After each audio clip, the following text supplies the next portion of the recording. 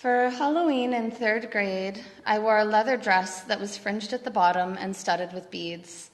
I had my hair in braids and a leather headband stuck with a feather. You all have my permission to visibly cringe now. And I've done some fairly cringeworthy things in the naivete of youth, paired with the cultural whitewashing of the last century. In 1995, the band No Doubt came out with the album Tragic Kingdom. Gwen Stefani blasted onto our TVs with a slightly feminist slant, belly shirts, ska music, and a bindi stuck to her forehead. We had never seen anything like it on a white woman. In fact, ska music had been blasting in dance halls for many decades for dancing brown bodies, and bindis had been a symbol of spirituality in India for thousands of years. Why, when it was presented on this bouncy blonde woman, was it suddenly mainstream? These are not questions that I asked myself at the time, as I dutifully stuck a gem to my forehead nearly every day of middle school. The thought never crossed my mind. In later years, while traveling extensively through India as an adult, I would enter temples as a spiritual experience. I paid homage to the many Hindu gods and deeply connected with the culture.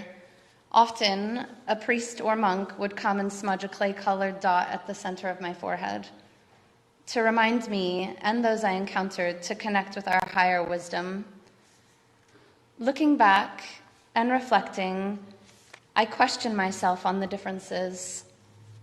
Was it okay for me to roam the streets of India with this culturally significant marking? Why was this different or wrong for me to do in middle school? To me, the main difference comes in the form of empathy. Now, I'm able to imagine how it might feel for an Indian person to see a white person wearing their deeply rooted spirituality as an accessory, especially if that person lives in the United States, where people of color are so marginalized by white supremacy. In India, I was connecting to the culture and religion deeply. I wore my bindi as a sign of respect and connection. In middle school, I thought it looked cool. Now I am able to realize that my lack of identification with any cultural rituals or ancestry caused me to grasp at the belongings of others. I wonder if this is what drives the high level of cultural appropriation in the festival setting. Feathered headdresses, flower crowns, and bindis abound. How can we connect to ourselves and our ancestors to feel rooted in a culture without macro and microaggressions toward the BIPOC community? I've recently learned a term that has helped me along this path: intersectional identities. This includes your sexual orientation, your gender identity, nationality, disabilities, class, job, marital status, regional affiliation, religion, and more. As a means of growing into my own culture, I've been leaning heavily into these intersectional identities. I am a hetero-passing queer woman of Pennsylvania Dutch descent. I am a non-neurotypical person who struggles and celebrates my ADHD. I am low to mid-class. I'm a licensed massage therapist and a Unitarian. I've learned that my grandmother was fluent in Pennsylvania Dutch, an American language that evolved from Germans who migrated to Pennsylvania to escape religious persecution. The Pennsylvania Dutch have many dishes that are a rich part of their tradition, including shoofly pie and lep cookies, both of which I aspire to bake. Many of the intersectional identities that I hold are positions of power, while some are marginalized.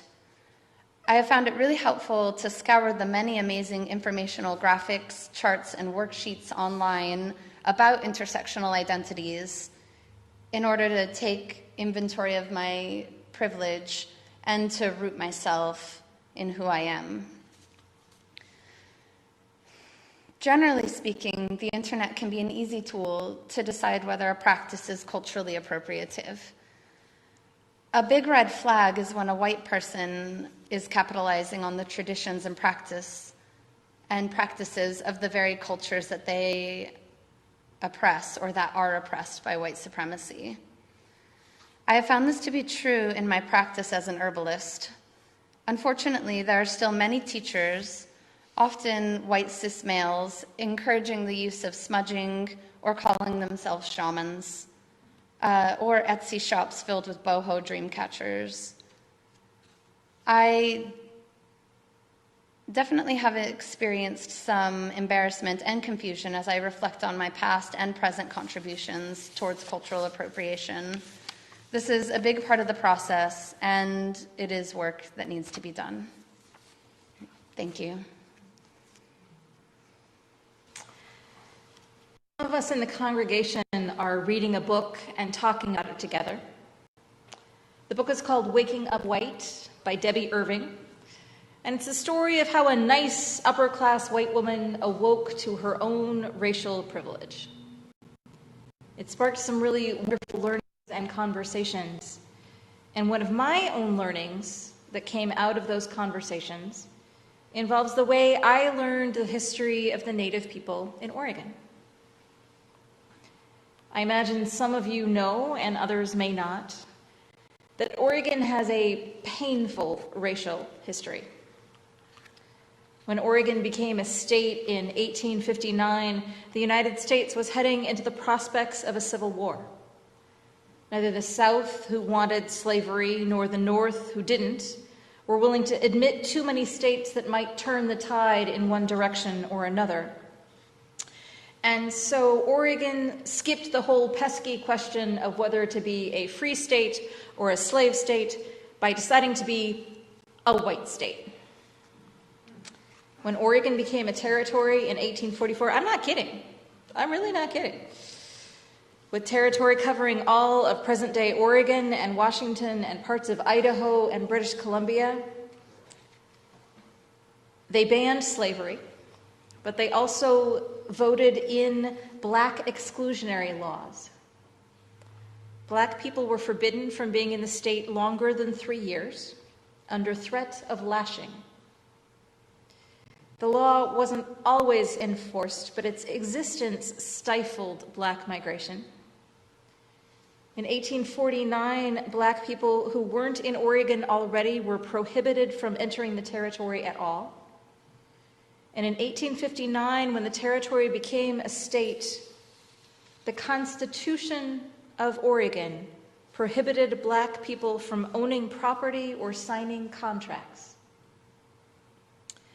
While that law was repealed nearly a century ago, the racist language in the Constitution wasn't actually removed until 20 years ago. And even 20 years ago, 30% of the people voted to keep that language in the Constitution. In a very real sense, the Homestead Act, which gave 160 acres to every citizen, was the original redlining, allowing white settlers access to free land, providing they built a house and made improvements on the land, which generally meant farming. But in the 1970s, when I was in elementary school, no one was talking about Black people in Oregon in social studies class. But fourth grade was then the year that most kids learned Oregon history. Is it still the year kids learn Oregon history? Maybe? That's what I thought. In reading Waking Up White, one of the major questions that we're asking is, what did you learn about other racial groups, and how did you learn it? And I realized that, and then how do stereotypes or ideas about other people get taught to you either consciously or unconsciously? And in Oregon history, the racial group that I remember learning about was Native Americans. I am grateful that the impressions I got of Native Americans, or Indians as they were then called, in my fourth grade class, were far more positive than the ones I got from my beloved Little House on the Prairie books. But even the positive things I learned about in school were problematic. Yes, I learned that the Indians in Oregon were a generous people who often celebrated with potlatches, a time when a wealthy tribal leader would shower members of the tribe with gifts or visitors from other tribes. We made bookmarks out of copper foil and had a class celebration.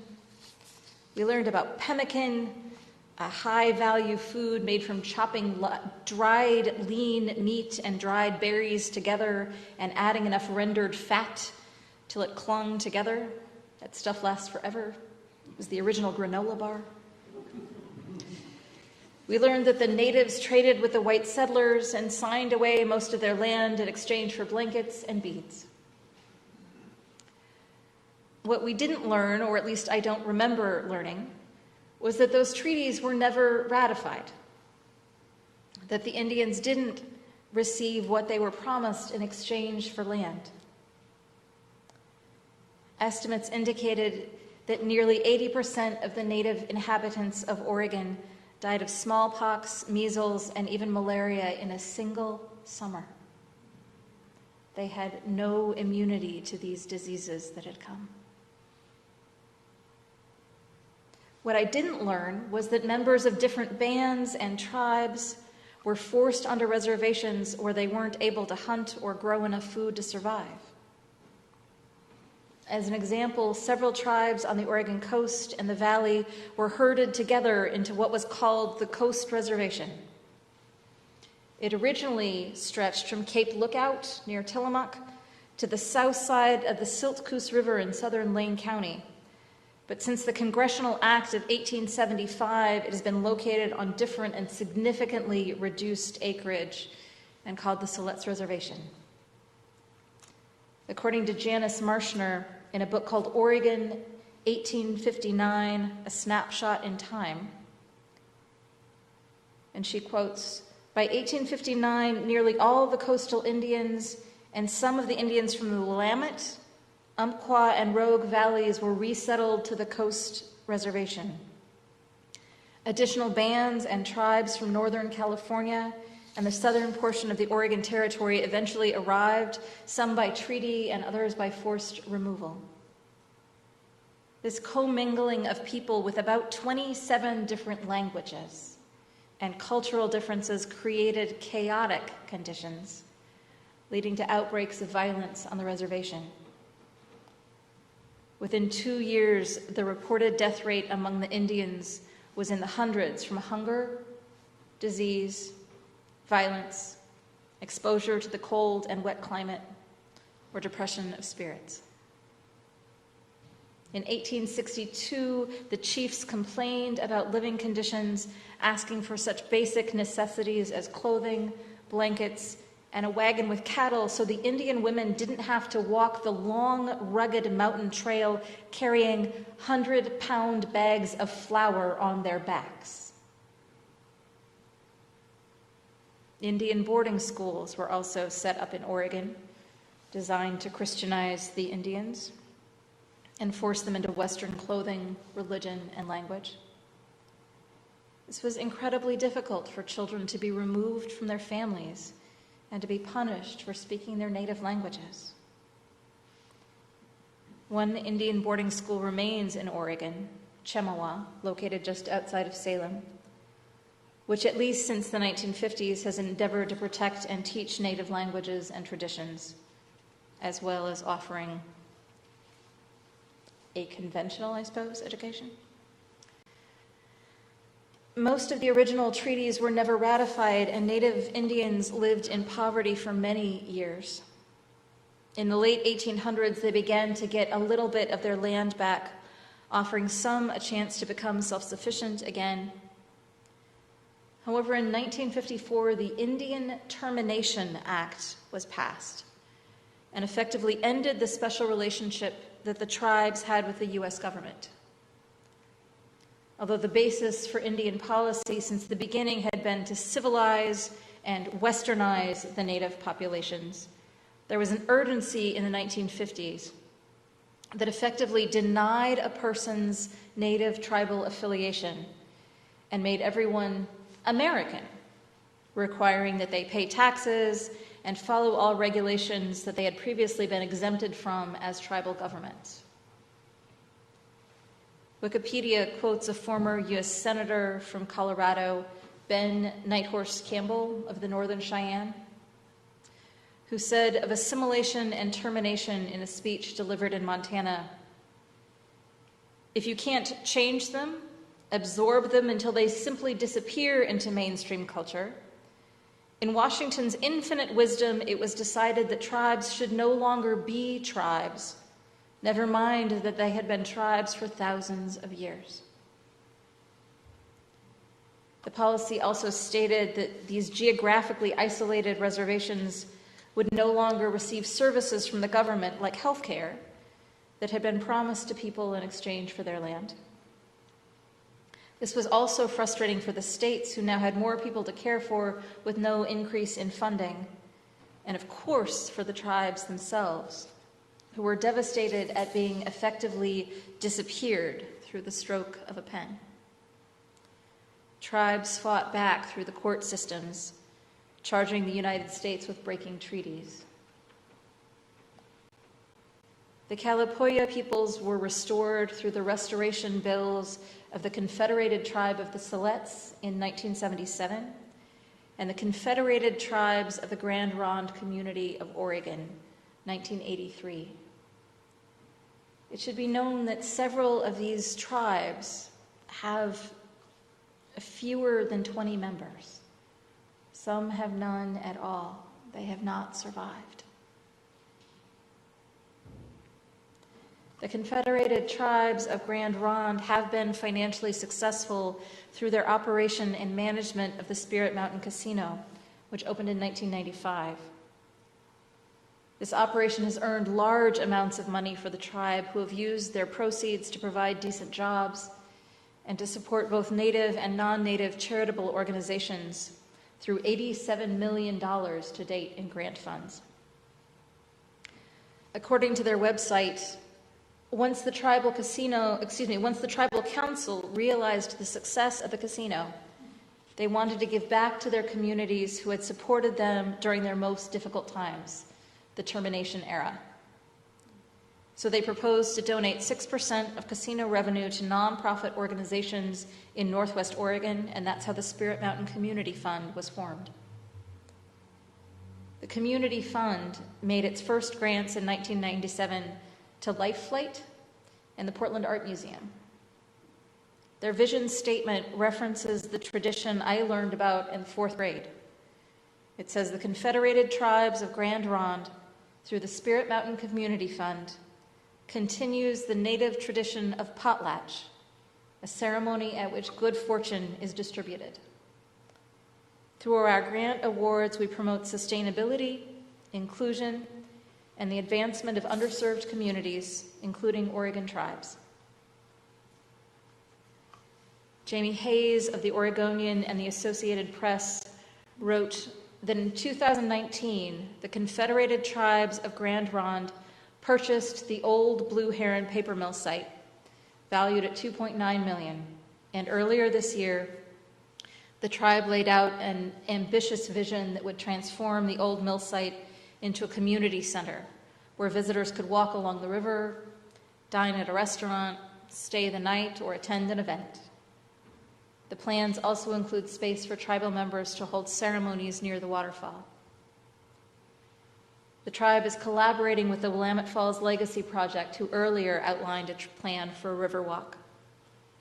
They also hope to bring in the other 4 tribes whose ancestors fished at Willamette Falls: the Confederated Tribes of Siletz Indians, the Confederated Tribes of the Umatilla Indian Reservation, the Confederated Tribes of Warm Springs, and the Confederated Tribes and Bands of the Yakima Nation. A successful casino business and the chance to buy back a portion of their own sacred land is not justice completed in the story of the indigenous peoples of Oregon. There is still much work to be done. But like any story, it benefits from an honest telling. And that's a decent place to start. I look forward to learning more. May it be so. Blessed be, and amen.